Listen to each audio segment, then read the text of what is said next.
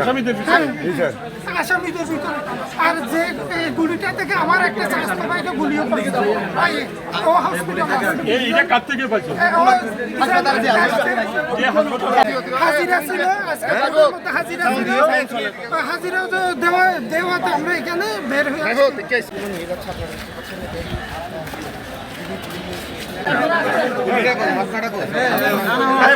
হাসপাতালে যে আছে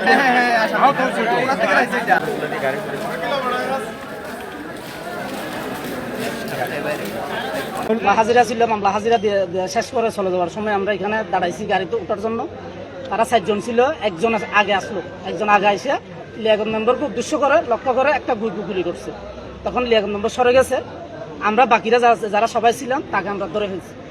তাকে ধরা অবস্থায় সে আর গুলি করতে পারে নাই, তবে তার হাতে গুলি ছিল, ওই পিস্তলটা ছিল, সে মাটির দিকে সবগুলো গুলি কি চালাইছে।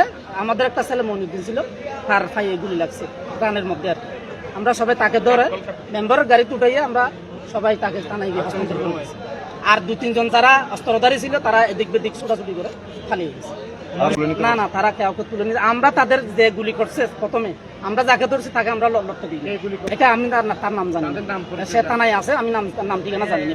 25-26 মতো এই ছেলেকে আমি এখনো পর্যন্ত চিনি না, চিনি না। এখানে আমরা কোর্ট থেকে যখন আমার বড় ভাইয়ের হাজিরা ছিল এখানে আসছি, তারপরে এখান থেকে গাড়িতে ওঠার সময় তারপর ওখান থেকে গুলি করছে, তারপরে এখান থেকে আরেকজন ওইদিকে চলে গেছে, গুলি করে চলে গেছে একজনে, আরেকজন এখানে আমরা 4-5 জনে রেখে দিচ্ছি।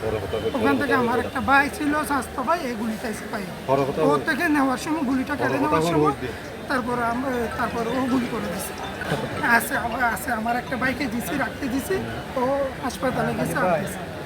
লামার পথে জেলা পরিষদে গেড়ে দেখি দেখি তার ছোট ছোট ধোয়া ফুয়া অফিনলি গুলি ফুড়ে ফুড়ে 4-5 জনের জেলা পরিষদে ঢুকা ফেলে। তুই ইন্দি দেখি 4-5 জনের সামনে একটা গাড়ি আসছিল, সাদা গাড়ি, ইয়ানে ভিতরে চুলাচুলি দিয়ে এন ন, কিন্তু বাইরের মতো টান দিয়ে গঙ্গা চুলাতে গাড়ি আন গিয়ে তার এর ভিতরে আই দেখি রক্ত টক্ত, কিন্তু মানুষ বেড়ে দেন না, গুলি করছিল মানুষ বেড়ে গাড়ি দেন না গিয়ে পড়ে